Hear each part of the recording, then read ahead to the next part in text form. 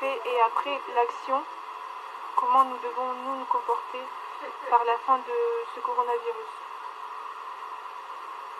Peut-être que ce sera le cas pour certains d'entre nous, car il y a eu un moment que dans notre routine, dans nos concrétisations ou choses à atteindre, ça a dû être stoppé, ça a dû être mis en arrêt par ce confinement.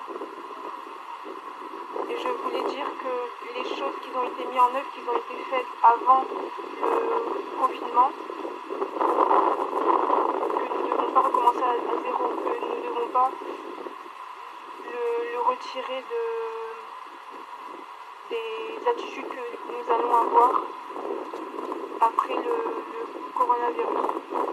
Mais de par les attitudes qui ont été prises avant que nos vies soient mises en arrêt, ils doivent continuer dans un cheminement, toujours comme tout homme, femme, être humain, nous le sommes dans des concrétisations.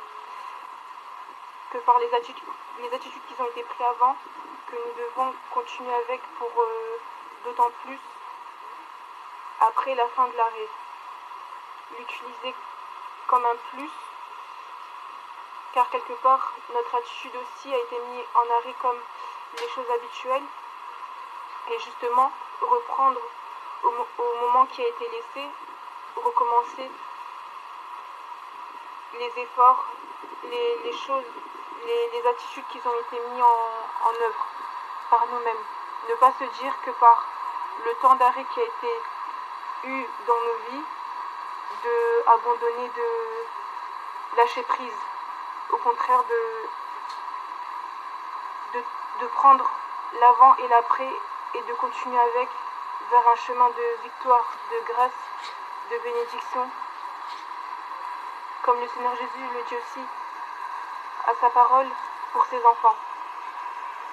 Et pour celles et ceux qui ont été, par le confinement, un moyen pour eux d'être plus en relation, de retrouver Christ dans leur relation, la parole va venir jouer encore plus une continuité de recherche de la présence, car nous ne devons pas être dans la fatigue ou dans le questionnement de ce qu'il s'agit de rechercher Jésus-Christ. Car lui seul a sacrifié son Fils unique pour que nous soyons rachetés, pour que nous ayons une vie victorieuse, une vie de prospérité. Au-delà de la prospérité, mais que nous ayons son esprit avant tout, que nous ayons sa paix par son amour, qui est si grandissant. Et surtout de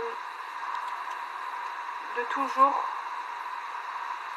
être dans un esprit de continuité, que ce soit par la recherche du Saint-Esprit, mais aussi dans les démarches habituelles. Que par ce virus, certes, ça a été un temps d'arrêt, mais de reprendre son esprit d'avant, de reprendre les choses d'avant, tout en ayant une bonne attitude, de se faire un bilan quand on le peut. Et cet exemple que j'ai pris